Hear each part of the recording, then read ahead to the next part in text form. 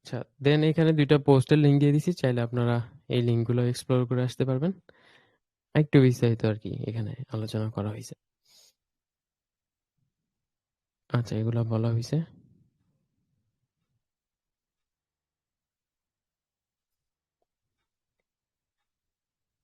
Spamming মেসেজগুলো নিয়ে চিন্তা করার কারণে লিংকে ক্লিক না করাই ভালো। আচ্ছা, রিসেন্টলি অনেক ইয়ে হচ্ছে যে স্প্যাম মেসেজ আসতেছে বিভিন্ন লোকেশনের ক্লায়েন্টের প্রোফাইল থেকে, যেখানে বলে যে আমি তোমার জন্য সবগুলা রিকোয়ারমেন্টস রেডি করে রাখছি। সব ধরনের রিকোয়ারমেন্টস এই জিপ ফাইলটাতে আছে বা এই ড্রাইভ ফোল্ডারটাতে আছে।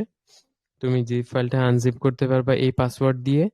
দেন তুমি রিকোয়ারমেন্টস গুলো চেক করে আমাকে জানাও যে তুমি রাজি আছো নাকি, দেন আমি অর্ডার দিব। এই বায়ার গুলো ইউজুয়ালি স্ক্যামার হয়, কারণ ওরা জিপ ফাইল দিতেছে পাসওয়ার্ড লক করে, কারণ এটাতে ওই ভাইরাস চেকার গুলো ভাইরাস চেক করতে পারে না উইদাউট পাসওয়ার্ড। আপনি যখন এটা পিসিতে ওপেন করে রান করতেছেন কোনো একটা অ্যাপ্লিকেশন বা কোনো একটা ফাইল, এক্সিকিউটেবল ফাইল, তখন পিসিটা ইনফেক্টেড হয়ে যেতেছে, পিসিটাতে ভাইরাস এসে পড়তেছে। তখন ওরা আপনার ফেসবুক অ্যাকাউন্ট থেকে পেজগুলোর অ্যাক্সেস নিয়ে নেয়, পেজ থেকে অ্যাড রান করা শুরু করে দেয় বায়ারের বাজেট দিয়ে। এছাড়া আপনার অন্যান্য যে পেমেন্ট গেটওয়ে গুলো ওইগুলো রিস্কে পড়ে যায়। তো তখন যদি হয়েই যায় তাহলে তো একমাত্র অপশন হলো ওই পিসিতে আর কিছু না করা, সবগুলো প্রোফাইলে ফোন থেকে ঢুকে পাসওয়ার্ড চেঞ্জ করে নেওয়া, অ্যান্ড ফোন থেকে ঢুকে পেওনিয়ার ওয়াইজ এই অ্যাকাউন্টগুলোর পাসওয়ার্ডগুলো আগে চেঞ্জ করা, ফাইবারের পাসওয়ার্ডটা আগে চেঞ্জ করা, ফেসবুকের পাসওয়ার্ড চেঞ্জ করে টু ফ্যাক্টর অথেন্টিকেশন দিয়ে দেওয়া আর কি। হ্যাঁ, ওই পিসিতে আর কোনো কাজ করা যাবে না, উইন্ডোজ দেওয়া লাগবে। উইন্ডোজ দিয়ে দেন আপনি আপনার ইনফেক্টেড পিসিটা আবার ইউজ করতে পারবেন। এছাড়া রেকমেন্ডেশন হলো কোনো ক্লায়েন্ট যদি আইসেই আপনাকে সব ডিটেলস দিয়ে দেয়, is too good to be true. এমন ক্লায়েন্ট আমরা জীবনেও পাইনি, যে ক্লায়েন্ট আইসেই বলবে আমার এই এই জিনিস লাগবে, সবকিছু এখানে আছে, জিপ ফাইল ওপেন করলেই তুমি সব বুঝা যাবা। এমন ক্লায়েন্ট আমি জীবনেও পাইনি আমার 7 বছরের ক্যারিয়ারে। তো যেসব ক্লায়েন্ট আপনাকে বারবার চাপাচাপি করবে ফাইল ওপেন করতে, ফাইল ডাউনলোড করতে, বা সবকিছু দেওয়া আছে ওইখানে দেখো আমি চ্যাট করতে পারবো না, এমন টাইপের ক্লায়েন্ট, এইসব ক্লায়েন্টকে ইউজুয়ালি অ্যাভয়েড করলে ভালো। এন্ড আমার টিম মেম্বারের সাথে একবার এরকম হয়েছে যে অর্ডারই দিয়ে দিছে $100-200, অর্ডার দিয়ে তারপরে ফাইল দিছে, তারপর বলছে এটাতে সব রিকোয়ারমেন্টস আছে। এখন অর্ডার দিলেও যে সেই বায়ারটা লেজিট হবে এরকমও না।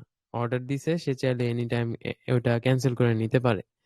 সে চাইলে এনি টাইম তার ক্রেডিট কার্ড কোম্পানি থেকে ওটা চার্জ ব্যাক করতে পারে, পেপাল থেকে চার্জ ব্যাক করতে পারে ওই অ্যামাউন্টটা।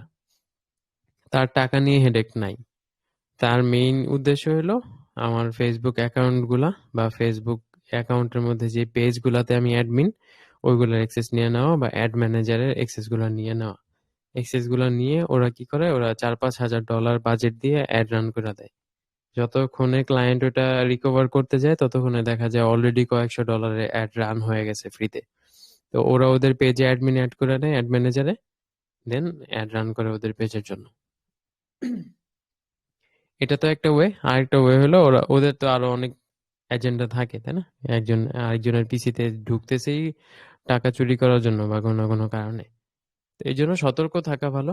ম্যাক ডিভাইসে অত ইস্যুস নাই, তাও আমি সাজেস্ট করি এইগুলাতে ফাইলগুলো ডাউনলোডই না করতে, ওপেনই না করতে। জিপ ফাইল দিলে ওকে বলতে যে তুমি ফাইলগুলো ফাইবারে অ্যাটাচ করে দাও, জিপ না দিয়ে। অ্যান্ড পাসওয়ার্ড প্রোটেক্টেড জিপ মানেই হলো ওইটাতে ঘাপলা আছে। না হলে ও যেহেতু আপনাকে ফাইল দিতেছে, ওপেন করতেই দিতেছে, পাসওয়ার্ডও ওইখানেই লিখে দিতেছে, তো ওর তো পাসওয়ার্ড প্রোটেক্ট করার কোনো কারণ নেই, তাই না? ফাইবারেই যেহেতু মেসেজটা লিখতেছে, তো ওইটাই জাস্ট পাসওয়ার্ড প্রোটেক্টটা করেই জানি গুগল ড্রাইভও এটা স্ক্যান না করতে পারে, ফাইবারের চ্যাটও জানি এটা স্ক্যান না করতে পারে যে ভিতরে কি আছে। তো হ্যাঁ, একটু সতর্ক থাকা লাগবে। এন্ড যেহেতু এগুলো এখন বেশি হইতেছে, আরো বেশি সতর্ক থাকা লাগবে আর কি। এই নিয়ে আমার একটা ভিডিও আছে চ্যানেলে, যে স্ক্যামার ফাইবারের হ্যাক হয়ে গেল বা স্ক্যামার টাইপের।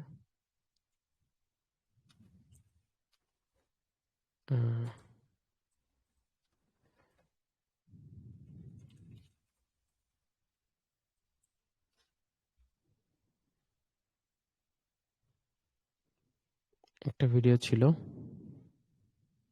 হ্যাঁ, এই যে ফাইবার হ্যাকার, এটাতে ঢুকলে আপনারা ডিটেলস পাবেন যে মেসেজগুলোর ধরন কিরকম হয়, ফাইলগুলো কিভাবে চেক করা যায় উইদাউট ওপেনিং। তো বিভিন্ন ভাইরাস স্ক্যানার ওয়েবসাইট আছে, ওইসব ওয়েবসাইট থেকে আপনি চাইলে ফাইলগুলো স্ক্যান করতে পারবেন। তো ভিডিওতে দেওয়া আছে ওই লিঙ্কগুলো।